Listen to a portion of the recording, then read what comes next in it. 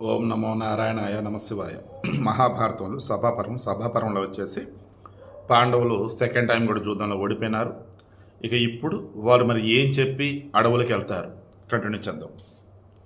పరాజితులైన పాండవులు వనవాస దీక్షను స్వీకరించి క్రమంగా అందరూ మృగచర్మలు ఉత్తరీయాలుగా స్వీకరించారు. రాజ్యాన్ని పోగొట్టుకుని మృగచర్మాలు ధరించి వనవాసానికి బయలుదేరిన అరిందములైనటువంటి ఆ పాండవులను చూచి దుశ్శాసనుడు ఇలా అన్నాడు: మహానుభావుడైన దుర్యోధన మహారాజు తేజస్సు పెరిగి రాజ్యం ఏకఛత్రాధిపత్యమైంది. పాండవులు పరాజితులై ఘోర విపత్తు పాలయ్యారు. ఈనాడే ఈ పాండవులు సమతల మార్గాలలో బీళ్లలో పయనిస్తూ అరణ్యాలకు వెళ్ళిపోయారు. మనమిప్పుడు శత్రువుల కన్నా గుణానుసారంగా గొప్పవారం, ఉన్నత స్థితిలో ఉన్నవారం.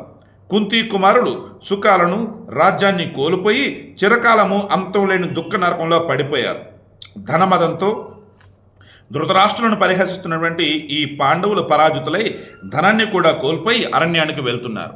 శకునితో చేసుకున్న వడంబడిక మేరకు మృగచలమాలను ధరించి విచిత్ర కవచాలను ప్రకాశవంతమైన దివ్యాస్త్రాలను విసర్జించారు. మా వంటి మగవారు 3 లోకాలలోనూ లేరని నిత్యము భావించుకున్న పాండవులు కాల వైపరీత్యం వలన మొలకెత్తిన నువ్వుల వలె నిర్వీర్యులై తమ స్థితిని తాము తెలుసుకొనబోతున్నారు. అభిమానవంతులు బలిష్ఠులు అయినటువంటి పాండవులు యజ్ఞ దీక్షితులు కారు.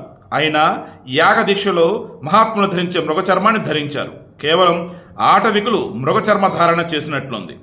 సోమవంశజుడు ధీమంతుడైనటువంటి ద్రుపదుడు తన పుత్రుని పాంచాలిని పాండవులకు ఇవ్వటం తగిన పని కాదు. ఆమె భర్తలు నపుంసకులయ్యారు.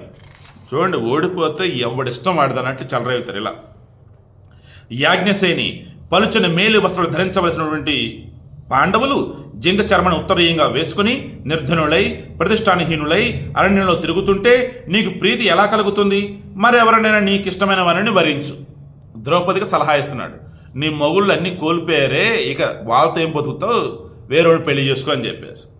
ఈ కౌరవులందరూ సమధమాలు గలవారు, ధన సంపన్నులు, కలిసి ఉండేవారు. వీరిలో ఎవరైనా భర్తగా వరించు. ఈ కాల వైపరీత్యం నిన్ను పీడించదు. చూడండి, అసలు మనిషిని అసలాడు. మొలవని నువ్వులలాగా, తోలు మృగంలాగా, గింజలు లేని కాకయవ ధాన్యం పొల్లులాగా పాండవుల జన్మ నిష్ప్రయోజనమైనది. మొలవని నువ్వులను ఆశ్రయిస్తే శ్రమంతా వ్యర్థం. పతితులైనటువంటి పాండవులను సేవిస్తే బ్రతుకంతా వ్యర్థం. ఈ విధంగా దుర్మార్గుడైనటువంటి దుశ్శాసనుడు పాండవులు వినేటట్లు నీచంగా మాట్లాడాడు.